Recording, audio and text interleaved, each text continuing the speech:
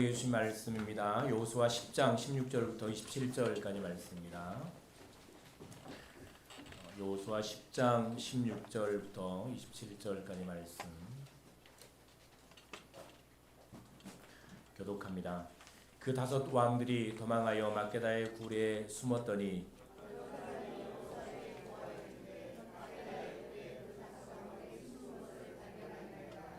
여호수아가 이르되 굴 어귀에 큰 돌을 굴려 막고 사람을 그 곁에 두어 그들을 지키게 하고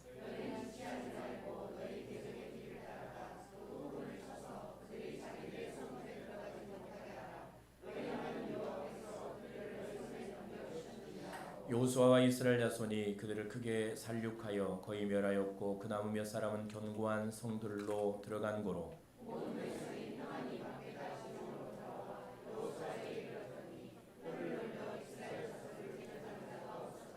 그때 여호수아가 이르되 굴 어귀를 열고 그 굴에서 그 다섯 왕들을 내게로 끌어내라 하매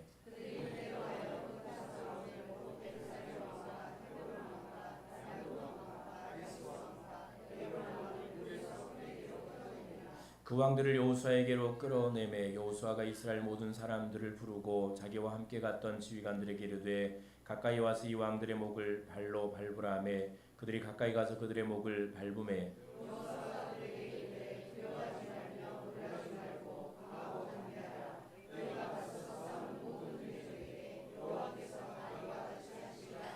그 후에 여호수아가 그 왕들을 쳐 죽여 다섯 나무에 매달고 저녁까지 나무에 달린 채로 두었다가 해질 때에 여호수아가 명령하되 그들의 시체를 나무에서 내려 그들이 숨었던 굴 안에 던지고 굴 어귀를 큰 돌로 막았더니 오늘까지 그대로 있더라. 아멘.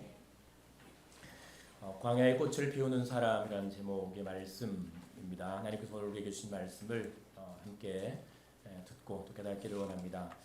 이스라엘의 항복하고 화친을 맺은 기브온을 이스라엘에 넘겨주지 않기 위해서 이제 가나안의 다섯 왕들 또 예루살렘의 다섯 왕들이 연합군을 형성한 기브온을 공격하게 됩니다. 그때 기브온은 이제 조약을 맺은 언약을 맺은 여호수아에게 도움을 요청하게 되죠. 그 도움을 받은 여호수아는 군대를 이끌고 밤새 올라가서 이제 적들을 물리치고 오늘 말씀 마지막 이제 그 연합군들을 물리치고 기브온을 구원해 내는 이 약속의 말씀을 이제 들고 구원해 내는 그 전쟁의 승리를 이끌어내는 마지막 이제 말씀들을 우리가 보게 됩니다. 하나님께서 여호수아 이스라엘 백성을 주신 승리를 통해서 누리는 은혜는 이제 크게 세 가지입니다. 첫 번째는 기브온을 연합군으로부터 구원함으로 그들과 맺은 약속을 지킬 수 있었습니다. 그러니까 이제 화친 조약을 맺었죠. 기브온 족속을 구원해 내는 일, 또 그들과 약속을 지키는 이 은혜를 누리게 되고 두 번째는 21절 말씀 기록된 대로 모든 백성이 평안히 막게다 진영으로 돌아와 여호수아에게 이르렀더니 혀를 놀려 이스라엘 자손을 대적한 자가 없었더라라는 말씀을 주십니다.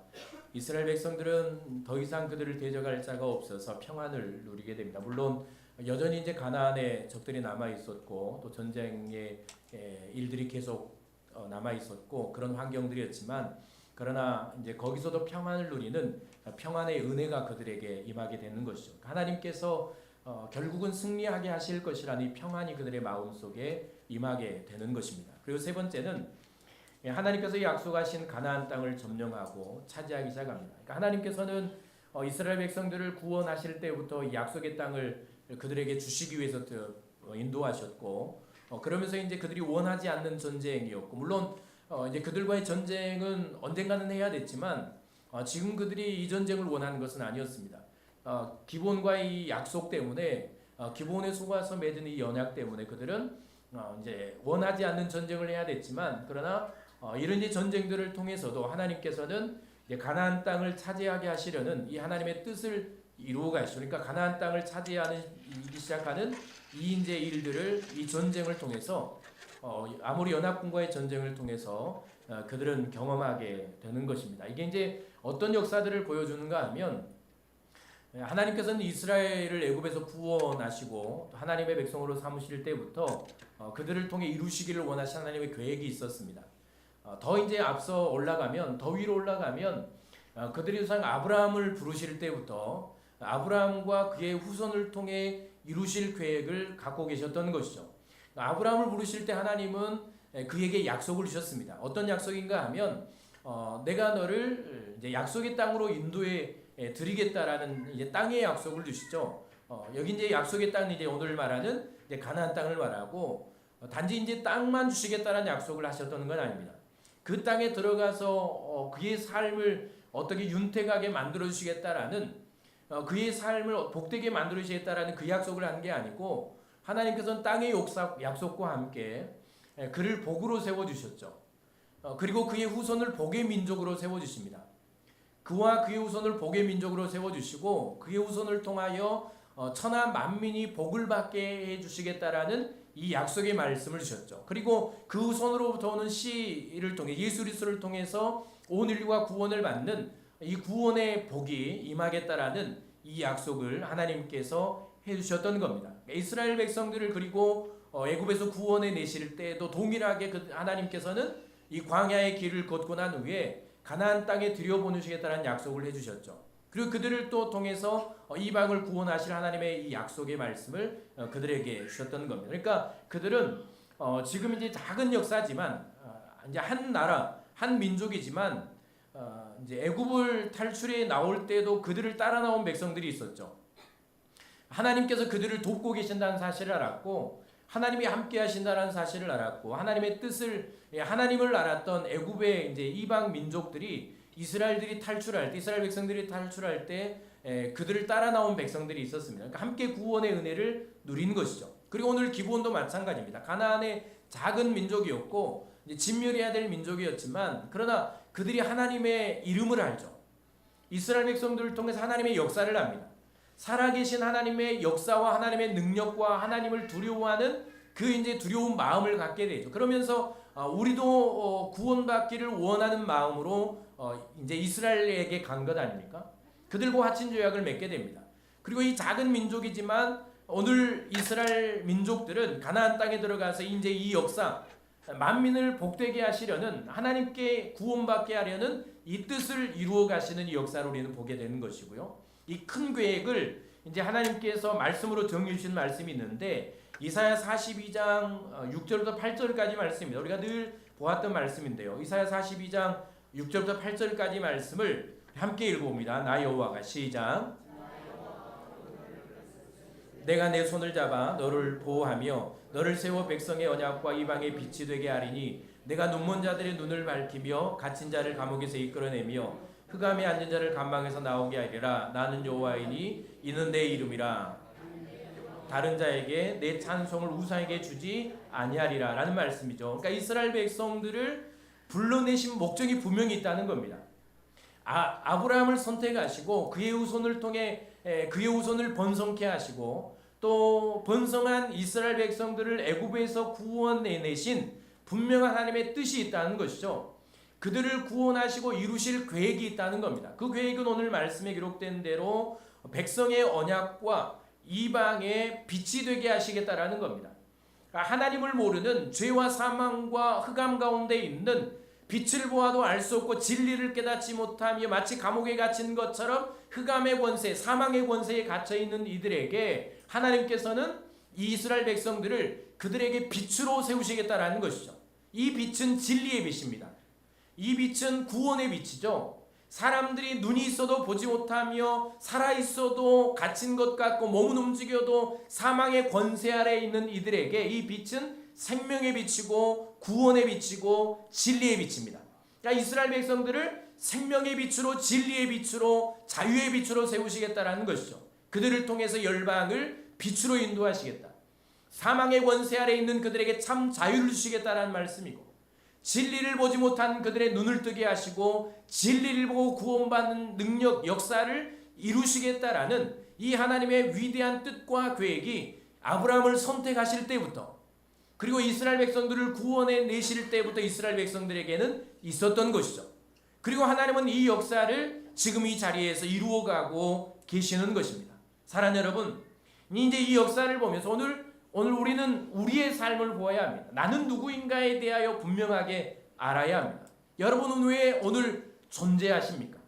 하나님은 오늘 우리를 왜 이 땅에 보내셨고 이 시간이라는 이 현장에 이 시간을 만드시고 역사를 만드시며 인생이라는 이 길을 만들어 놓으시고 이 광야와 같은 인생길 위에 나를 두셨는가에 대하여 여러분은 분명하게 깨닫고 살아가십니까? 여러분은 내가 누구인가에 대하여 명확하게 알고 내가 살아가는 이유가 무엇인가를 알고 여러분의 오늘 생명이 있고 내일 생명을 갖고 살아가는가에 대해서 명확한 지식을 갖고 명확하게 내가 살 목적을 갖고 내가 누구인가에 대한 분명한 깨달음을 갖고 살아가십니까? 만약 이 깨달음이 없다면 우리는 대충 살아가게 됩니다. 상황에 따라 살게 되죠. 내가 누구인가에 대해서 명확하게 알지 못하면 내가 왜 존재하는가에 대해서 명확하게 깨닫지 못하면 우리는 상황에 따라 환경에 따라 내 인생의 어떤 펼쳐진 일들에 따라서 그렇게 배가 이리저리 왔다 갔다 하는 것처럼 우리는 밀려다니는 삶을 살아가게 됩니다. 세상의 조류에 흔들리는 인생이 되고 말죠. 상황이려면 그 상황으로 끌려가고 환경이 그러면 그 환경에 따라 살아가고 또 어떤 사람이 나를 붙들면 그 사람을 따라 살아가고 문제가 생기면 거기 처박혀서 나올 줄을 모르고 고난이 오면 거기 고난이라는 것에 빠져서 헤어나올 줄을 모르는 인생을 살아가는 것입니다. 이게 존재의 이유를 모르는 사람이고 자기가 누구인가에 대하여 명확하게 알지 못하는 사람입니다.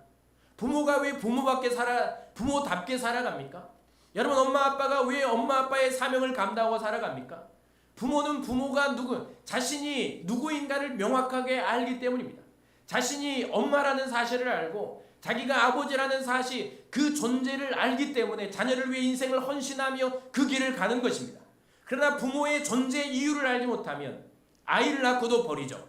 자기가 왜 존재하는가에 대하여 자기가 가정에서 누구인가에 대하여 내가 무엇을 해야 되는가에 대하여 알지 못하면 그는 부모의 사명을 감당할 수가 없는 겁니다. 우리 인생이 마찬가지입니다.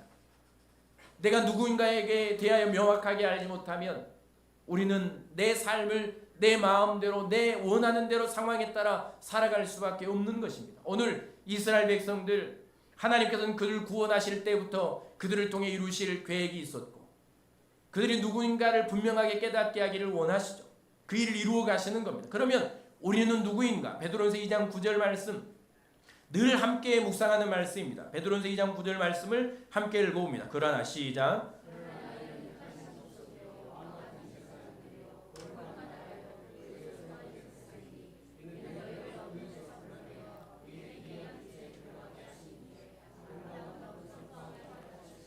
자, 내가 누구인가에 대한 명확한 말씀입니다. 그러니까 여러분들, 저와 여러분들이 어떤 사람인가, 어떤 존재인가에 대하여 이스라엘 백성들에게 주신 이사야 42장 6절부터 8절까지 말씀과 동일한 말씀이죠. 그들을 부르신 목적과 오늘 우리를 부르신 목적이죠. 오늘 하나님께서 우리에게 말씀하시는 이 내가 누구인가, 우리는 하나님의 택함을 받은 하나님의 백성이고 하나님의 소유입니다.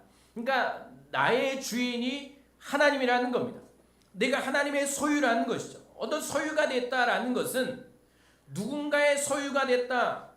그러니까 나의 주인이 누구인가, 나의 주인이 있다라는 것은 결국 나를 소유한 어떤 소유주의 뜻과 그 계획에 따라 나는 쓰임을 받는 것입니다. 이게 소유라는 겁니다.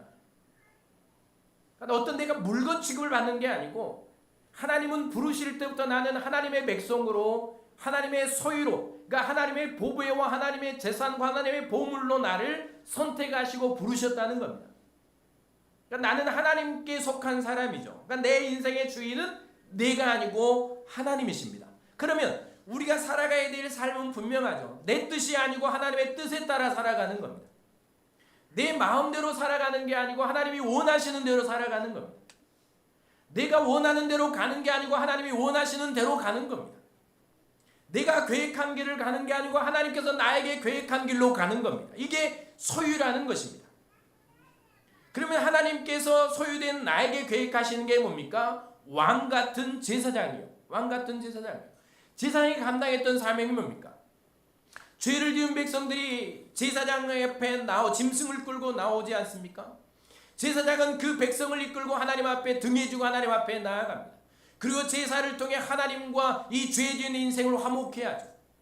그리고 그가 하나님의 은혜를, 죄의 용서를 받고 하나님의 은혜를 누리고 다시 하나님의 백성으로 살아갈 은혜의 길을 열어주는 사람, 하나님과 화목의 길을 열어주는 사람, 참 복의 길을 열어주는 사람, 생명의 길을 열어주는 사람이 바로 제사장입니다. 하나님은 그런 존재가 저와 여러분들이라고 말합니다. 왕같은 제사장으로 하나님은 나를 부르셨다라는 것이죠. 그러니까 우리가 감당해야 될 사명이 무엇입니까? 오늘 이스라엘 백성들 여호수아가는 이 일과 마찬가지죠. 여호수아는 기드온 백성들을 구원하고 그들을 평안의 길로 인도하지 않습니까? 그들을 연합군들에서 구원하고 생명의 길로 인도해 가지 않습니까? 오늘 하나님께서 나에게 왕같은 제사장의 사명을 맡기셨으면 그러면 나는 적어도 나와 함께하는 사랑하는 사람들, 그리고 죄 가운데 살아가는 사람들, 사망의 그늘 아래 살아가는 사람들, 죄와 사망의 권세 아래 두려움과 불안과 공포 가운데 살아가는 사람들, 소망 없는 사람들에게 하나님 그들을 우리는 등에 지고 그들을 내 삶에 짊어지고 하나님께 나아가서 하나님과 화목하게 하며 그들을 평안으로 인도하고 그들을 생명의 길로 인도하며 그들을 하나님의 은혜의 자리로 인도하는 사명이 왕같은 제사장으로 부름받은 저와 여러분들의 사명이라는 사실을 우리는 알아야 하는 것입니다. 이걸 알아야 우리는 세상에 나아가서 이 사명을 감당하지 않겠습니까? 왕같은 제사장, 그러니까 사람들을 참 평안과 은혜와 복과 생명과 삶의 길로, 진정한 복의 길로 인도해야 될 그런 존재로 하나님은 우리를 가정에 보내셨고 직장에 보내셨으며 삶의 자리에 보내셨다는 겁니다. 우리 이 사명을 감당하고 있는가? 오늘 말씀대로 나는 하나님의 소유로 하나님의 뜻하신 바대로 살아가는가? 나의 가정과 삶의 현장에서 사람들을 내 등에 짊어지고 그들의 인생을 위해, 그들의 영생을 위해, 그들의 평안을 위해, 그들의 복을 위해 나는 하나님 앞에 그들을 짊어지고 하나님 앞에 나아가는 왕같은 제사장의 사명을 감당하고 있는가? 나로 인해 내 가족들은 평안을 누리고 살아가는가? 나로 인해 사랑하는 내 사랑하는 이들은 진정한 평안, 환경과 상황을 초월한 평안들, 고난이 있고 문제가 있지만 그 안에서 하나님이 나를 도우실 것이라는 믿음과 소망을 갖고 평안을 누리는 그 길로 나는 사랑하는 이들을 이끌어가고 있는가? 이게 왕같은 제사장의 사명이죠. 나는 사람들을 하나님과 화목하게 하는 사명을 감당하고 있는가? 오로지 나만을 위해, 내 인생만을 위해, 내 평안만을 위해, 내 인생, 내 먹고 사는 문제, 내 어떤 삶의 복만을 위해 나는 그렇게 살아가는 존재가 아닌가? 나는 그렇게 부름받은 존재가 아님에도 불구하고 하나님이 나를 그렇게 살아가도록, 이 땅에 생명을 두고 살아가도록 오늘 살게 하시고 또 내일 살게 하신 이유가 아님에도 불구하고 나는 여전히 내 인생만을 위하여 살아가고 있는 인생은 아닌가? 나는 사람들에 대하여 관심이 있는가? 다른 사람들, 하나님을 모른 채 멸망으로 가는 인생들에 대하여, 지옥의 형벌로 가는 인생들에 대하여, 여전히 인생의 한계를 모른 채 인생의 전부인 것처럼 살아가는 그 인생들을 위하여 그들에게 관심이 있고 그들에게 내 마음이 있고 그들을 사랑하며 그들을 하나님께로 인도하고 영원한 생명으로 인도하기를 원하는 간절한 마음이 내 안에는 있는가? 여러분, 나는 그렇게 부름받은 존재입니다. 대충 살아가라고, 그냥 내 인생 되는 대로 살아가라고, 한 번 왔으니 먹고 살며 즐기며 살다가 가라고, 그렇게 내가 부름받은 존재가 아니라는 사실을 알아야 합니다. 분명히 여러분은 왕같은 제사장으로 가정에 세워지셨습니다. 왕같은 제사장으로 일터에 세워지셨습니다. 왕같은 제사장으로 세상에 우리는 보냄을 받았습니다. 난 이 사명을 알고 충분히 감당하고 있는가? 그리고 하나님은 우리를 거룩한 나라로 불러주셨죠. 거룩한 나라. 내 안에 하나님의 나라가 있다는 겁니다. 하나님의 나라가 무엇입니까? 여기 나라는 장소의 개념이 아니고 하나님의 통치의 개념입니다. 하나님의 다스림을 받는 사람, 하나님의 말씀을 순종하는 사람, 하나님의 통치를 받는 사람, 그 인생이 하나님의 나라인 것입니다. 예수 그리스도가 내 안에 오셨고 하나님의 나라로 나는 부름을 받았죠. 그러면 내 안에 하나님의 나라가 있고 하나님의 나라인 우리를 통해서 여러분의 가정에 하나님의 나라가 이루어지기를 원하는, 그러니까 여러분의 온 가족들이, 여러분과 함께하는 사람들이, 교우들이, 여러분의 지체들이, 여러분과 함께하는 동역하는, 여러분의 동행하는 사람들이 그곳에 그들의 마음속에 그들의 인생에 하나님의 나라가 이루어지기를 원하는, 그들이 함께 하나님의 통치를 받으며 하나님의 다스림을 받으며 하나님의 말씀에 순종하며 살다가 영원 하나님의 나라의 길을 원하는 거룩한 나라로 하나님은 나를 불러주신 것입니다. 이게 우리 부르신 목적입니다. 여러분, 내가 왜 존재하는지에 대하여 다시 한번 여러분 기억하셨으면 좋겠습니다. 하나님이 나를 왜 지금 이 생명을 여기 두셨는가에 대하여 다시 한번 기억하시면서 오늘 내가 살아갈 이유를 분명히 하시고 다시 한번 내 옷깃을 신앙과 이 신앙의 옷깃을 여미시고 다시 나의 사명을 붙들고 하나님의 뜻하신 바를 위하여 살아가는 그런 저와 여러분들이 될 수 있기를 바랍니다. 그래야 우리는 제대로 된 삶을 살아갈 수 있습니다. 그래야 우리는 제대로 된 인생길을 갈 수가 있는 것이죠. 내가 누구인지에 대하여 모르면, 내가 왜 존재한지에 대하여 모르면, 하나님이 나를 왜 이 세상에 살려두셨는지에 대하여 모르면 많은 사람들이 오고 갑니다. 또 누군가는 오늘 또 세상을 떠나가 하나님 품으로 갑니다. 그리고 또 누군가는 멸망의 길로 갑니다. 그러나 나는 어찌된 일인지 오늘 살아서 오늘 하나님을 예배하고 또 누군가는 내일 살아서 살아갈 겁니다. 오늘 살았다고 내일 사는 게 아니죠. 그러면 하나님이 불러가시는 사람이 있는데 오늘 하나님은 왜 나를 여기 살려두셨는가에 대하여 분명하게 할 때 우린 인생을 허비하지 않습니다. 그냥 동물처럼 저 돼지 우리의 돼지처럼 하루 태어났으니 자고 먹고 그리고 또 배출을 하고 입고 그렇게 살다가 가야 할 존재가 이 거룩한 인생이 아니라는 사실을 우리는 알아야 합니다. 그런데 수많은 사람들이 그런 삶을 살아가고 있습니다.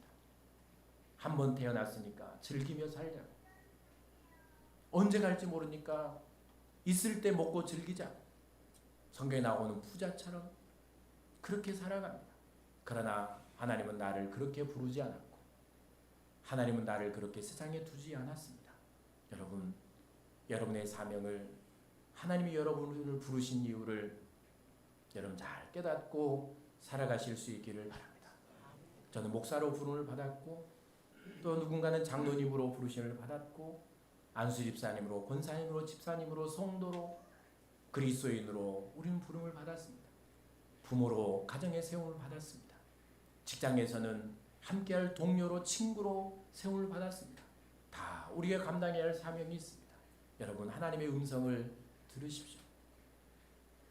제 어머니가 한 시간을 저에게 이런저런 말씀을 하시면서 저에게 마지막 말씀인 것처럼 저에게 한마디를 하셨습니다. 목자는 양을 위해 생명을 바쳐야 해. 까마득하게 잊고 있었던 하나님의 음성입니다. 목사가 할 일에 대하여, 목자가 할 일에 대하여, 내가 왜 존재하는지에 대하여, 제가 왜 목사가 되었는지에 대하여 우리는 바쁘면 잊고 살아갑니다. 힘들면 다 잊죠. 짜증나는 일이고 원망할 일이 있으면 자기가 왜 존재하는지도 모르고 왜 거긴지 모르면서 사람들을 원망하며 불평하며 살아갑니다. 우리가 다 그런 존재들입니다. 전 거기서 하나님의 음성을 들었습니다. 나를 부르신 하나님의 음성을 들었고 내가 감당해야 할 사명을 들려주신 하나님의 음성을 들었습니다. 여러분은 여러분을 향하신, 여러분에게 들려주시는 하나님의 음성을 들으십니까? 그냥 대충 살지 말고 사람의 소리라고 대충 흘려 넘기지 말고 그냥 살다가 무슨 일이 일어나고 어떤 사건이 터지고 또 환경이 어떻게 이루어지고 여러분 옆에 여러분의 사람들, 환경 주변 일들, 벌어진 일들 그냥 대충 우연처럼 일어났나 보지, 그냥 일어나는 일이지, 그냥 들려지는 소리지, 그렇게 들으면 하나도 우리는 깨달을 게 없습니다. 여러분 대충 흘려 듣지 말고 거기서 여러분에게 들려주시는 하나님의 음성을 들으실 수 있기를 바랍니다. 여러분 왜 살아가십니까? 지금까지 여러분 왜 살아오셨습니까? 돌아보니까 별로 한 게 없습니다. 태어나서 엄마 젖 먹고 크고 학교 다니고 그래야 된다고 하기에 학교를 다녔고, 또 먹고 살아야 하니까 직업을 찾았고, 또 다 하는 결혼이니까 가정을 이루고, 또 자녀를 낳으니까 또 양육을 하고, 그냥 그렇게 돌아보니까 별로 한 게 없습니다. 무엇을 위해 살았는지를, 의미를 찾지를 못합니다.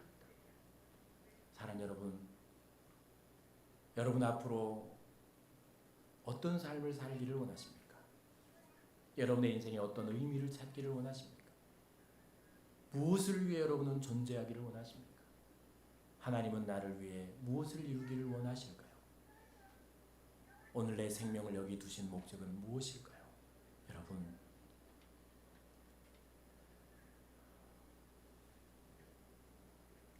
여러분의 가족들을, 또 사랑하는 사람들을 여러분 등에 짊어지시고 포기하지 말고 마지막까지 생명으로 인도하는 일에 헌신하십시오.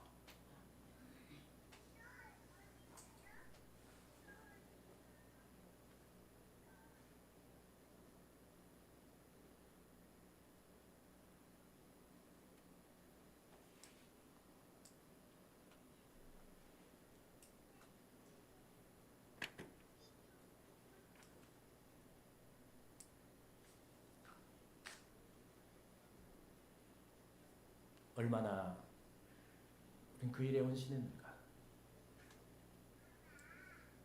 여러분에 맡겨진 이들을 구원하는 일에 헌신하시고, 그리고 평안으로 인도하는 일, 무엇보다 하늘 평안을 선물하는 일. 고난이 와도 환난이 와도 어려움이 와도 거기서도 하나님의 평안을 누릴 수 있는 그 평안으로 인도하는 일, 그 영원한 평안으로 인도하는 일에 여러분 헌신하시고, 그리고 여러분의 가정에 하나님의 나라가 이루어질 수 있기를 바랍니다. 얼마나 큰 소망입니까? 여러분 온 가족들이 하나님의 말씀을 받고 하나님의 통치를 받으며 함께 하나님의 말씀을 따라 생명의 길을 가다가 영원한 길을 가는 이것만큼 인생의 복은 없는 것입니다. 이 사명을 끝까지 잘 감당하실 수 있기를 바랍니다. 어떻게 우리 이 일을 감당해 갈까요? 어떻게 나에게 주어진 이 사명을 우리는 감당할 수 있을까요? 첫 번째, 늘 말씀드리지만 여러분 우리는 기도의 사람으로 다시 한번 서야 합니다. 오늘 전쟁을 하는 여호수아의 모습을 보세요. 연합군과 전쟁에서 승리할 수 있었던 이유는 모든 전쟁에서 그렇듯 하나님께서 연합군을 그들의 손에 넘겨주셨기 때문입니다. 8절 말씀 우리들이 지난주에 보았죠. 그때 여호와께서 여호수아에게 이르시되 그들을 두려워하지 말라. 내가 그들을 내 손에 넘겨주었으니 그들 중에서 한 사람도 너를 당할 자가 없으리라 하신지라. 하나님이 넘겨주셨기 때문입니다. 그리고 하나님이 우박을 내리시죠. 하나님이 싸우십니다. 결국 전쟁은 하나님께서 싸우시는 것이고 하나님께서 승리를 주시는 겁니다. 그리고 여호수아가 한 일이 뭡니까? 여호수아가 하나님께서 싸우시고 승리하게 하시는 은혜를 입은 이유는 그가 하나님만을 바라보며 하나님만을 의지했기 때문입니다. 연합군과 싸우는 여호수아의 입술에서 한 번도 자신과 이스라엘 군대의 힘으로 승리할 것이라는 말이 나오지 않습니다. 19절 말씀을 보실래요? 19절 말씀을 보면 너희는 지체하지 말고 너희 대적의 뒤를 따라 그 후군을 쳐서 그들이 자기들의 성읍에 들어가지 못하게 하라. 너희 하나님 여호와께서 그들을 너희 손에 넘겨주셨느니라 하고 라고 말씀을 합니다. 그러니까 우리가 이길 수 있다는 게 아니고 내가 할 수 있다는 게 아니고 하나님이 그들을 우리 손에 너희 손에 넘겨주셨다. 하나님이 승리하게 하셨다라는 말씀이죠. 25절 말씀도 볼까요? 여호수아 그들에게 이르되 두려워하지 말며 놀라지 말고 강하고 담대하라. 너희가 맞서서 싸우는 모든 대적에게 여호와께서 다 이와 같이 하시리라. 하나님께서 승리하게 하실 것이다. 우리가 하는 것이 아니고 내가 하는 것이 아니고 하나님께서 승리하게 하는 것이다 라고 말합니다. 그러니까 그가 의지했던 것은 자신의 힘이 아니고 군대의 힘이 아니었습니다. 그러니까 전쟁의 어떤 경험이나 싸움의 실력이나 그들이 가진 무기가 아니었습니다. 그리고 그들이 어떤 전술이나 전략이 아니었습니다. 여호수아가 끝까지 마지막까지 의지하고 소망하고 바라보았던 것은 하나님과 하나님의 능력과 승리를 주신 하나님의 권능과 싸우시는 전쟁에 능하신 하나님, 그 하나님을 바라보며 소망하며 의지하고 백성들로 하여금 그들을 의지하게 만드는 이 여호수아의 모습을 보게 되죠. 이게 이제 승리의 비결입니다. 결국 승리를 하나님께 주시는 것이니까. 그러면 그가 하나님만을 바라보며 의지하며 이 하나님만을 소망하는 이 신앙은 결국 무엇으로 드러나는가 하면 그것은 하나죠. 하나님께 묻는 것으로 드러나지 않습니까? 하나님께 기도하는 것으로 드러납니다. 그러니까 하나님께 묻는다라는 것은 내가 하나님께 답이 있다는 것이죠. 하나님께 기도하고 하나님께 묻는다라는 것은 하나님께 승리의 답이 있는 것이고 하나님께 이 전쟁에 가야 할 전술이 있는 것이고 하나님께 이 승리의 길이 있다는 것을 그는 믿는 것입니다. 기도는 그런 것입니다. 그러니까 여호수아가 일은 기도하는 일이죠. 그러니까 기도는 여호수아가 하나님께만 소망으로 의지하는 신앙 고백과 표현이었던 겁니다. 여호수아가 하나님께 기도할 때 하나님께서는 그에게 승리를 주실 약속의 말씀을 주시죠. 그러니까 하나님께 물을 때 하나님께 기도할 때 약속의 말씀을 주시지 않습니까? 8절 제가 읽어드렸죠. 그때 여호와께서 여호수아에게 이르시되, 그러니까 하나님과 여호수아가 대화를 하고 있잖아요. 하나님께서 여호수아가 하나님께 물을 때 하나님은 그에게 말씀을 주십니다. 승리를 주시겠다라는 약속의 말씀을 주시죠. 그리고 나아가게 하시지 않습니까? 그리고 하나님께서 이제 여호수아가 해와 달을 멈추어 달라고 기도할 때 하나님은 자연계를 다스리지 않습니까? 우박을 내시고 자연과 환경을 다스려 가십니다. 이게 하나님의 능력이죠. 그러니까 여호수아가 기도할 때 하나님은 환경과 자연계를 다스리십니다. 그리고 승리의 역사를 주시는 것이죠. 이게 하나님의 역사입니다. 그러니까 우리가 기도한다는 건 뭡니까? 내가 어떤 사건과 문제와 내 인생과 가정과 가족들과 내 삶의 요정을 놓고 하나님 앞에 기도한다라는 것은 내 인생의 답이 하나님께 있습니다라는 것을 고백하는 것 아닙니까? 내 인생의 길이, 생명의 길이 하나님께 있습니다라는 걸 믿고 의지하는 것 아닙니까? 내 인생의 길을 인도해 주실 분이 하나님이라는 사실을 인정하는 고백 아닙니까? 우리 왜 기도해야 될까요? 결국 이 승리는 하나님께 주시는 거잖아요. 하나님께서 이루시는 거잖아요. 여호수아가 전쟁을 하는 것 같지만 결국 이 모든 전쟁은 승리는 하나님께서 주시는 겁니다. 여러분, 우리가 무엇이기에 여러분 사람들을 구원할 수 있겠습니까? 내 신앙조차도 사실 유지하기 힘들지 않습니까? 나의 예배 생활과 나의 기도 생활과 나의 믿음 생활조차도 유지하기 힘든데요, 여러분. 어떻게 그런 인생이 나를, 다른 사람을 구원할 수 있겠습니까?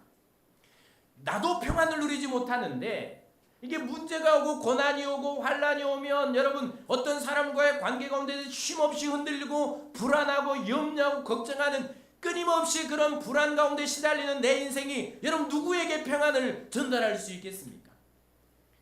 더군다나 하나님의 나라를 여러분 내 가정에 이룬다는 건 말이 됩니까? 나 같은 인생이? 내가 순종하지 않고 내가 하나님의 통치를 받지 못하고 하나님의 뜻대로 살아가지 못하는 이 연약한 신앙이 누군가를 구원하고 누군가를 평안으로 인도하고 누군가를 여러분 하나님의 나라, 그 하나님의 나라를 이루어갈 수 있겠습니까? 그러나 하나님이 하시죠. 여호수아를 전쟁터에 보내시고, 그러니까 여호수아 군대를 전쟁터에 보내시고 승리를 싸우시고 승리를 주시는 분이 하나님이죠. 여호수아가 한 일을 뭡니까? 하나님 앞에 기도하고 하나님 말씀대로 순종하며 나아간 일이 아니었습니까? 하나님은 그들을 보내시고 하나님이 싸우시고 하나님이 승리하시는 이 역사를 보면서 여러분 무엇을 깨닫습니까? 하나님은 연약한 나지만 내 신앙조차도 유지하기 힘들고 내 믿음 생활조차도 유지하기 힘들며 내 안에 늘 평안은 잠시고 늘 불안과 염려에 시달리는 인생이고 여러분 나도 하나님의 통치를 받지 못하는 그런 불안정한 인생이지만 그러나 하나님의 말씀을 듣고 나아가는 나를 하나님은 붙드시고 하나님께서 내가 나아갈 때 나를 붙드시며 하나님이 구원의 역사를 이루시고 나 같은 존재의 입술에서 나오는 한마디를 통해 하나님은 그 인생의 복음의 역사를 주시고 구원의 역사를 이루어 주시는 것이고 그리고 나 같은 존재를 사용하셔서 누군가에게 하나님께로부터는 평안을 누리게 하는 것입니다. 나를 통해 하나님의 나라를 이루어 가시는 분은 하나님이십니다. 하나님. 단지 하나님은 나를 그 도구로 사용하실 뿐입니다. 우리가 할 일은 하나님 앞에 기도하고 나아가는 일뿐이죠. 그러니까 기도하지 않고는 이 일을 이루어갈 수가 없는 겁니다. 기도하지 않고 내 신앙도 유지할 수 없는 것이고 누군가의 구원도 하나님의 뜻하는 사명도 우리는 감당할 수가 없다는 사실을 우리는 기억할 필요가 있는 것이죠. 여러분, 그러므로 우리는 기도하는 사람이 되어야 합니다. 그러니까 이거는 평생 들어야 될 말씀입니다. 또 하고 또 하고 하는 이유는 바로 그것입니다. 내가 기도하지 않으면 내 신앙을 세우기가 어렵습니다. 내가 기도하지 않으면 하나님의 능력을 경험하는 일은 있을 수가 없는 것이죠. 내가 하나님 앞에 묻고 하나님만을 의지하지 않으면 여러분, 나는 내 존재 자체로 연약한 인생이 될 수밖에 없는 것입니다. 그러니까 그는 기도했고 하나님만 의지하고 기도하는 여호수아를 지도자로 둔 기브온. 그러니까 적어도 기브온은 그 속여서 여호수아에게 왔고 속여서 언약을 맺었지만 그래도 그들은 참 복된 사람들 아닙니까? 어떻게 생각을 그렇게 했을까요? 두려우면 떨리면, 여러분, 이스라엘 백성들이 두렵고 하나님이 떨리면 이스라엘 백성들이 늘 그랬던 것처럼 힘 있는 어떤 나라를 의지하든지, 오늘 연합군이 그랬던 것처럼 연합군을 형성하든지 아니면 다른 나라를 찾아가든지 그렇게 해서 살아볼 어떤 국리를 해야지, 어떻게 기적처럼 우리가 그 이스라엘 백성들을 속여서 그들에게 가서 화친죄약을 맺고 종으로라도 살아갈 생각을 했을까요? 그리고 하나님을 의지하며 기도하는 여호수아에 가서 그렇게 살아갈 생각을 했을까요? 그들은 참 복된 존재들 아닙니까? 기도할 줄 아는 여호수아에게, 하나님을 의지하는 여호수아에게 찾아와서 화친조약을 맺고 그들을 통해 이 구원의 은총을 누리는 기브온 족속은 참 행복한 사람들 아닙니까? 수많은 사람들이 있었을 텐데, 힘 있는 나라들이 있었을 텐데, 의지하고 싶은 그런 일들이 있었을 텐데, 그런데 그들은 다른 사람이 아니고 기도하는 여호수아를 찾아왔고 하나님을 섬기는 여호수아를 찾아와서 그들을 의지하고 거기서 구원을 받으며 이제 하나님의 백성으로 미래를 살아가는 이들이 복된 인생인 것이죠. 사랑하는 여러분, 이스라엘 백성들 보세요. 끊임없이 나중에 보면 하나님이 아니고 애굽을 의지하고 암몬을 의지하고 바벨론을 의지하고 힘 있는 나라를 의지하는 이스라엘 백성들을 보잖아요. 그런 인생들도 있음에도 불구하고 여기 기브온 백성들은 여호수아를 의지하며 그들에게 나와 같은 조약을 맺고 살아간 이들은 복된 인생 아닙니까? 사랑하는 여러분, 나의 가정은 어떤가요? 여러분, 나의 이 자녀들은 어떤가요? 나의 부모님은 어떤가요? 여러분과 함께하는 사람들은 어떻습니까? 여러분들이 정말 행복하게 해주기를 원하는 사람들은 어떻습니까? 그들은 여러분들을 만나서 행복할까요? 많은 사람들 중에 만나고 싶고 만나야 될 수많은 사람들 중에 하필 여러분들을 만났습니까? 아니면 여러분들을 참 잘 만났습니까? 여러분은 어떻습니까? 여러분의 자녀들은 여러분의 부모된 여러분들을 참 잘 만났습니까? 하필이면 여러분의 자녀들은 나 같은 부모에게 태어났습니까? 어떻게 생각하십니까? 여러분의 직장 동료들은 어떤가요? 수많은 사람들이 있었을 텐데, 태어날 수많은 가정이 있었을 텐데, 여러분들을 만났고 여러분들을 부모로 두었고 여러분들을 동료로 두었습니다. 하나님이 그렇게 여러분들을 거기 세워두셨습니다. 여러분들은 그들을 위해 기도하십니까? 여러분들은 그들을 위해 눈물로 하나님 앞에 매어 달리십니까? 그들을 살려달라고, 구원해달라고, 여러분 그들을 생명의 길로 인도해달라고, 고난과 환난을 이기며 참 평안을 누리게 해달라고, 날마다 하나님 앞에 여호수아가 그랬던 것처럼 하나님 앞에 기도하며 하나님 앞에 매달리며 눈물로 기도하며 살아가십니까? 살기 위해서 여러분들에게 온 사람들, 위로받기 위해서 여러분들에게 온 사람들, 그들을 위해 여러분들은 얼마나 기도하십니까? 몇 시간을 기도하십니까? 한 달에 몇 번, 1년에 몇 번, 한 주에 몇 번, 하루에 몇 분, 몇 초를 기도하십니까? 우리는 얼마나 기도합니까? 나를 만난 사람들은 정말 행복한 사람들입니까? 참 잘 만났다. 참 잘 만났다. 수많은 사람들 중에, 수많은 인생들 중에 당신을 만나서 내가 행복합니다. 기본 사람들은 얼마나 행복했을까요? 그들의 마음은 얼마나 복됐을까요? 구원받는 그들은 얼마나 행복해 보입니까? 여호수아를 만났으니, 하나님을 의지하는 이스라엘 군대를 만났으니 그들은 얼마나 행복합니까? 여러분, 돈을 줘서 행복한 게 아니고 많은 재물을 물려줘서 행복한 게 아니고 참 생명의 길을 물려줘야 그 인생이 영원히 행복한 것입니다. 그런 존재로 여러분 가정에서, 교회에서, 일터에서 우리가 살아갔으면 좋겠습니다. 이스라엘을 애굽에서 구원해내고 광야길을 인도한 모세는 기도의 사람이었죠. 이스라엘 백성이 하나님을 섬기고 예배하는 백성으로 세우고 부흥 길을 이끈 다윗 또한 기도의 사람이었습니다. 죄로 타락해서 영적 암흑에 있던 이스라엘 다시 빛으로 인도한 선지자 사무엘도 기도의 사람이었습니다. 온 인류를 주에서 구원하신 예수님도 습관을 따라 기도하셨습니다. 마지막 십자가를 지시기 전에도 기도하심으로 그 길을 담대하게 걸어가셨습니다. 바울과 베드로도 사도행전의 교회 공동체는 기도하는 공동체였습니다. 그들이 한 일이 무엇이었습니까? 하나님의 은혜가 임할 때, 복음을 듣고 구원받았을 때 그 교회 공동체가 한 일은 사랑한 이들을 위해서, 낙심한 이들을 위해서 자신을 드리며 헌신하며 그리고 공동체를 위해 기도하는 일이었습니다.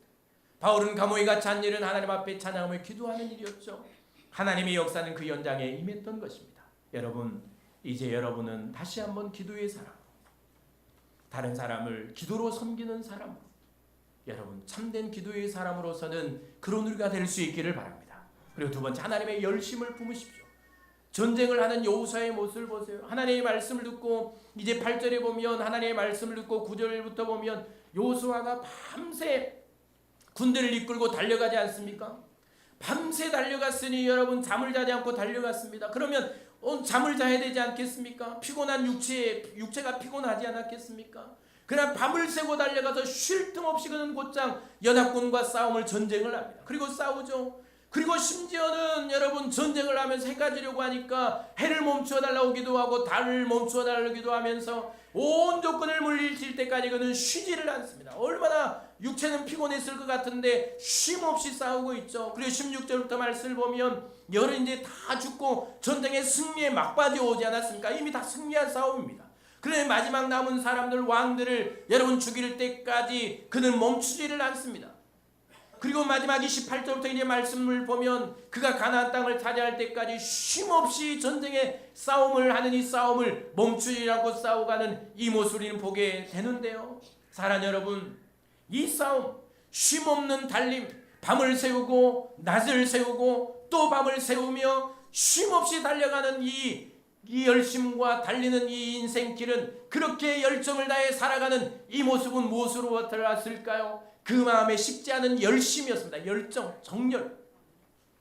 하나님의 약속의 말씀을 듣고 그 말씀을 이루려는, 수행하려는 열심, 하나님의 이름으로 맺은 언약을 지키려내려는 열심들, 화춘 조약을 맺은 기본을 구원하려는 열심, 약속의 땅 가나안을 차지하려는 여호수아의 열심, 하나님께서 약속하신 그 가나안 땅을 차지하려는 열심, 그 땅을 차지할 때까지 쉼없이 그 안에 식지 않고 뜨겁게 열정을 붙들어 오르는 그 열심, 그 열심이 그를 움직이게 했고, 그 열심이 그를 달려가게 했고, 그 열심이 그를 끝까지 싸우게 하며 그 열심이 마지막 죽을 때까지 사명을 감당하게 하도록 그를 이끌어 갔다는 사실을 우리는 알아야 합니다.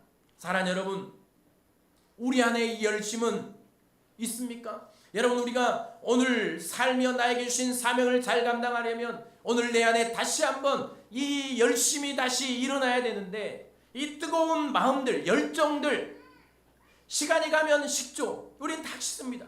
그러나 여러분, 다시 한번 우리는 이 열심을 우리 안에 품어야 할 줄로 믿습니다. 열심히 있었던 시절이 있죠. 그래 우리는 다 식어버립니다. 여러분, 시간이 가면서 우리의 마음의 열정도 식고 열심도 식어버립니다. 그 뜨거웠던 젊음의 때 열심히 식죠. 사랑하는 여러분, 여러분 들어보면 나름대로 신앙생활하면서 힘과 열정을 바쳤던 때가 있었습니다. 밤을 새우고 인생을 바치고 자기 것을 다 드려도 부족함을 느낄 수 없었던 그 뜨거운 열심들, 밤을 새워 기도해도 피곤하지 않으며 지치지 않으며 살아갈 수 있었던 그 심령으로부터 온 뜨거운 신앙의 열심들, 그 열심을 갖고 살았던, 하나님을 섬겼던, 구원을 위해 헌신하며 전도하며 헌신하며 살았던, 그 누군가의 평안을 위해 하나님의 나라의 확장을 위해 살았던 그 열심들, 들으면 나름대로 다 열심히 있었죠. 그러나 이제 어떻게 자연스럽게 우리의 열심은 다 식어버리고 이제는 일만 봐도 겁나고, 어떻게 차가운 얼음이 되어서 말씀을 들어도 뜨거움이 안 생기고 기도를 해도 이 열정은 안 생기고 살아나지를 않은 채 다 식은 사람으로 힘없는 열정 없는 이 뜨거움이 없는 그런 인생길을 살아가고 우리의 모습을 보게 됩니다. 사랑하는 여러분, 하나님께로부터 오늘 또 여러분의 심령에 다시 한번 이 뜨거움이 하나님께로부터 열심히 회복될 수 있기를 바랍니다. 이 열심은 누구에게로부터 옵니까? 여호수아의 열심이었을까요? 아니죠. 여러분, 사람은 식지 않습니까? 여호수아 그 인생이, 그 마음이 어떻게 쉼없이 이 피곤하고 지치고 쉬고 싶었을 때인데 그 열심은 계속해서 타올랐을까요? 사람은 그럴 수 없죠. 아까 말씀드렸던 대로 우리의 열심은 식습니다. 여러분, 젊을 때 뜨거운 열정들이 아직도 남아있는 분, 그 혈기왕성할 때 무슨 일이든 할 수 있을 그 뜨거운 열정과 열심이 아직도 살아 속에서 역사하시는 분 혹시 있습니까? 신앙도 마찬가지죠. 젊을 때 여러분 그렇게 밤을 새워 기도하며 내 인생 바쳐서 헌신했던, 그렇게 할 수 있게 했던 내 안의 열심들 어디 갔습니까? 다 식습니다.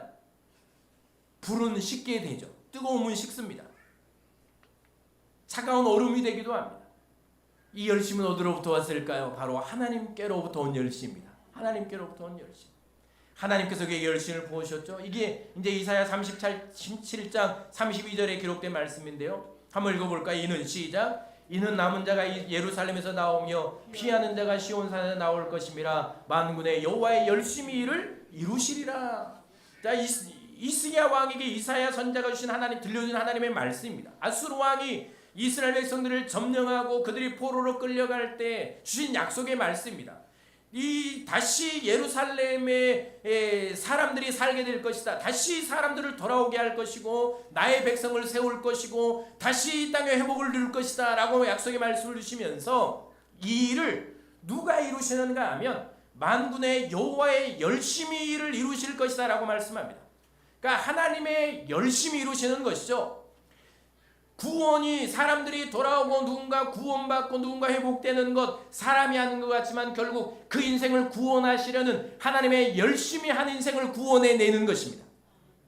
이스라엘 백성들이 멸망과 징계와 또 회복의 일을 가지만 그들이 회복된 것은 바로 그들을 사랑하시고 포기하지 않으시며 회복하기를 원하시는 그 하나님의 열심이 그를 회복해 하는 것이죠. 하나님의 열심입니다. 우리를 구원하는 것도 하나님의 열심입니다. 생명을 주신 하나님의 열심, 십자가에서 자기의 피를 쏟으시며 살리시는 그 뜨거운 열심이 우리를 구원해낸 것입니다. 내가 구원한 것 같고 내가 사명을 감당한 것 같지만 하나님이 내 안에 부어주시는 열심으로 우린 지금까지 여기까지 오게 된 것입니다.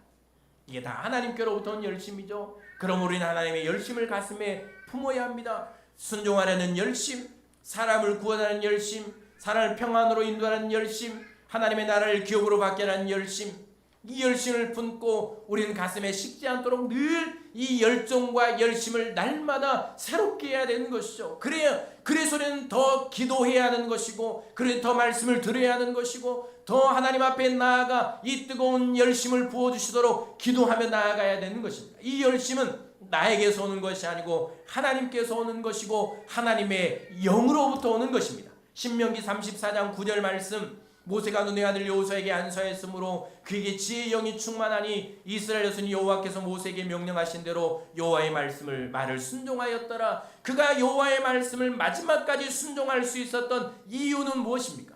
마지막까지 기본을 구원하기 위해서 달려갈 수 있었던 이 뜨거운 이 열정, 이 힘은 어디로부터 왔는가 하면 바로 하나님께로부터, 하나님의 영으로부터 온 것이죠. 성령으로부터 그 안에 뜨거움의 역사가 식지 않고 계속되었다는 사실을 우리는 알게 되는 것입니다. 그러므로 여러분, 내 안에 열심히 식지 않게 하려면 우리는 날마다 성령으로 충만해야 할 줄로 믿습니다. 성령이 완전히 나를 지배할 수 있도록, 성령이 나를 완전히 다스릴 수 있도록 성령 앞에 내 인생을, 내 심령을 맡겨드리는 것입니다. 사도행전 7장 55절부터 61절까지 말씀해 보면 스데반의 이야기가 나오죠. 그가 성령이 충만해서 하늘을 우러러 기도하잖아요. 자신 복음을 전하는 자신을 돌로 쳐서 죽이려고 돌을 던지는 사람들, 돌을 맞아가면서까지 복음을 전하고 돌을 맞아가면서까지 돌을 던지는 그들을 용서해달라고 하나님 앞에 기도하자는 그들의 구원을 위해서 이 열심은 어디로부터 왔을까요? 죽는 순간까지 여러분 그들을 위해 기도할 수 있는 열심, 여러분 마지막 숨을 거두는 순간까지 여러분의 남아진 자손들을 위해 뜨겁게 기도하다가 생명을 거둘 수 있는 이 뜨거운 심령의 열심은 어디로부터 올까요? 하나님의 영으로부터 오는 것입니다. 성령으로부터 오는 것입니다. 이게 살아있는 영 아닙니까? 내 영은 마지막까지 살아 내 안에 역사하죠. 성령은 마지막까지 나를 붙드는 것입니다. 내 생명은 끊어지고 내 육체는 흙으로 돌아갈 때가 되지만 내 소업은 가빠지고 내 소업은 그렇게 하는 이제 다가가지만, 그러나 내 영은 살아서 마지막까지 하나님의 음성을 들으며 마지막까지 내 영은 자녀들을 위해, 후손들을 위해 기도하며 가는 것이 바로 하나님께로부터 오는 내 영, 성령이라는 사실을 기억하실 수 있기를 바랍니다. 그럼 여러분 다시 열심을 회복하기를 원하십니까? 성령으로 충만하십시오. 우리 인생도 마찬가지입니다. 여러분 신앙의 명령만 그렇습니까? 여러분의 삶도 마찬가지죠. 여러분 지금 삶의 열정이 있습니까? 여러분 직장일의 뜨거움이 다시 일어납니까? 여러분 가정생활에 열정이 있습니까? 사람들과 관계에 열정이 있습니까? 여러분 삶의 열심이 있습니까? 여러분 이 모든 열심은 성령이 내 안에 충만할 때 하나님께로부터 다시 일어나게 된다는 사실을 기억할 수 있기를 바랍니다. 내 육체는 쇠해지고 내 육체는 쇠잔해지며 내 육체는 후패해지며 내 육체는 썩어가지만 내 나이는 들고 내 육체의 힘은 사라지지만 성령으로 내 안에 충만할 때 내 영은 날마다 더욱 소망으로 가득 차고 내 심령은 더욱 뜨거워지며 내 열정은 식지 않으며 날마다 뜨거운 심령으로 마지막까지 이 일을 감당하며 가정을 섬기며 일터에서 일을 하며 살아갈 수 있는 이 열정은 오직 성령의 능력으로부터 온다는 사실을 기억하십시오. 그러므로 속사람을 강하게 하십시오. 육체만 가꾸지 말고 좋은 영양제만 먹지 말고 밥만 많이 먹지 말고 여러분의 속사람을 강하게 하십시오. 여러분의 속사람을 위해 여러분 여러분의 심령의 양식을 먹어요. 말씀을 먹고 기도로 성령의 능력으로 충만하고 여러분의 속사람을 강하게 하십시오. 그것이 육체의 약함을 이기게 할 것입니다. 그것이 사망의 권세를 이기게 할 것입니다. 그것이 오늘 마지막까지 뜨겁게 열정 있게 살아가게 할 것입니다. 여러분 열정 잃어버리셨잖아요. 우리는 다시 이 일을 회복해야 할 줄로 믿습니다. 삶이 우리를 가둡니다. 건물이 우리를 가둡니다. 환경이 우리를 가둡니다.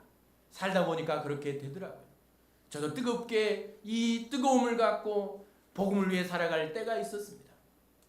돌이 안 된 아들을 품고 돌진한 딸을 안고 걷지도 못하는 돌이 되지 않은 아들을 품고 저 땅끝을 내려갔던 진리를 향해 나아갔던 그 뜨거운 때가 있었습니다. 젊은이 잃고 2달, 1달을 그렇게 선교의 현장을 돌던 때도 있었습니다. 그런데 지금은 막상 다음 주에 선교 가려고 하는데 무섭습니다. 걱정되고 두렵고 무슨 일이 일어나진 않을까? 잘 갔다 와야 될 텐데. 그리고 뭔가 뜨거움도 안 생깁니다. 그래서 제가 갈까 말까 고민을 엄청나게 했습니다. 이 교회 건물이 저를 가두는 것 같습니다. 이 닫혀진 환경들이 제 열정을 식지 않은 것 같습니다. 나이가 들면서 점점 열정은 식어져 가는 것 같습니다. 이게 인생의 한계입니다. 인생의 한계입니다. 이 모든 환경과 가두는 것들을 감옥과 같은 이 환경들을 초월할 힘은 오직 성령으로부터 한다는 사실을 기억하실 수 있기를 바랍니다. 사실 내가 한 것 같았지만 다 성령께서 나를 붙들었던 역사입니다. 지금도 마찬가지죠. 여러분 잃어버리셨습니까? 살아갈 힘이 없습니까? 여러분의 삶에 어떤 뜨거움이 없습니까? 왜 사는지에 대하여 의미를 찾지 못합니까? 어떤 일에도 여러분 열정이 쏟아지지 않습니까? 하나님 앞에 기도하시고 말씀을 여러분의 심령에 채우시고 다시 한번 하나님께로부터 오는 열정을 회복하실 수 있기를 바랍니다. 마지막 아주 간단한 말씀입니다. 제가 거의 몇 시간 말씀을 드렸던 말씀인데 또 반복해서 말씀을 드립니다. 여러분의 주신 사명 감당하려면 믿음과 소망의 말을 마음에 담고 선포하는 사람이 되십시오.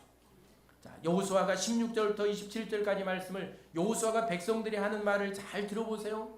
여러분 전쟁을 밤을 새워 달려와서 밤낮으로 전쟁을 했으니까 몸이 아마 피곤했을 겁니다. 쉬고도 싶었을 것이고 우리 같으면 이제 잠을 못 자면 짜증이 납니까 안 납니까? 짜증도 나죠. 그리고 몸이 힘들면 이제 안 나와도 말도 나오고 마음에 없는 말도 나오고 막 그러잖아요. 몸이 편할 때야 뭔가 살만할 때야 좋은 말 나오고 좋은 언어들 나오지만 내 몸이 힘들고 내 삶이 힘들고 환경이 힘들면 이제 이 모든 내 안에 있는 그 찌꺼기들이 다 올라와서 이제 이게 언어로 표현되지 않습니까? 여호수아 밤을 새워 달렸습니다. 전쟁을 아마 이 하루 종일 했으니까 저녁이 지날 때까지 했으니까 그의 몸도 피곤하고 삶도 힘들었을 것입니다. 그러나 그가 하는 말을 보세요. 한마디도 힘들다는 말이 나오지 않습니다. 그리 한마디도 불평이나 원망이나 짜증이 나오지 않죠. 쉬고 싶다는 말도 나오지 않습니다. 그리고 백성들에게 하는 말을 보세요. 하나님께서 우리를 도우실 것이다. 하나님이 그들을 우리에게 손에 넘겨주실 것이다. 하나님이 이와 같이 하실 것이다. 하나님이 승리하게 해주실 것이다. 이게 무슨 말입니까? 여러분 믿음의 말과 소망의 말과 백성들이 하나님을 의지할 수 있도록 소망을 갖도록 하는 그 언어가 백성들에게 선포되지 않습니까? 이게 지도자의 사명입니다. 이게 부모가 해야 될 일입니다. 이게 그리스도인들이 해야 될 일입니다. 이게 사명을 가진 왕같은 제사장 거룩한 나라가 된 저와 여러분들이 해야 될 일입니다. 육신이 피곤하고 삶이 고단하고 고난이 있고 어려움이 있고 다 힘들고 고단하지만 그러나 우리가 거기 서서 해야 할 일은 여러분 그들에게 믿음의 말을 선포하며 소망의 말을 선포하고 힘과 용기 있는 말을 선포하며 하나님을 의지할 수 있도록 그들을 하나님께로 인도하는 말을 이 언어를 사용하며 살아가는 이 선포의 삶이 우리가 살아가야 될 삶이고 감당해야 될 일임을 여러분 기억하실 수 있기를 바랍니다. 내 마음에 소망이 있어야 그 말이 나오지 않겠습니까? 그러니까 여호와를 소망하고 하나님을 믿었던 그 심령으로부터 나온 것 아닙니까? 여러분 마음에 말씀을 채우고 믿음을 채우고 하나님을 의지하는 이 신앙을 채우고 성령 하나님의 능력을 공급받으며 성령으로 충만할 때 그 마음으로부터 내 입술에 이 언어들이 튀어나오지 않겠습니까? 여러분 우린 오늘 여호수아처럼 이제 믿음의 말을 하고 소망의 말을 하며 여러분의 사랑하는 이들이 강하고 담대하게 하는 말, 그들의 마음을 강하게 하고 그들의 인생을 담대하게 하는 말을 하며 그들이 하나님을 의지하고 소망하게 하는 말을 사용하며 그렇게 우리는 가정을 섬기고 그렇게 삶을 섬기며 그렇게 우리는 우리의 인생의 사명을 감당해야 할 줄로 믿습니다. 한마디도 불평하지 않죠. 왜 그랬을까요? 그는 가데스바네의 사건을 알았습니다. 불신앙과 원망과 불평의 말이 어떻게 하나님께서 역사하신가를 보았기 때문에 그는 한마디도 하지 않습니다. 여러분 이제 사랑하는 사람을 구원하고 참평안으로 인도하며 여러분의 가정과 삶에 하나님의 나라를 이루기를 원한다면 말을 조심하시고 말을 잘 사용하시고 오늘 여호수아처럼 마지막까지 믿음의 말을 하고 살아가는 그런 저와 여러분들이 꼭 될 수 있기를 바랍니다. 기도하겠습니다. 하나님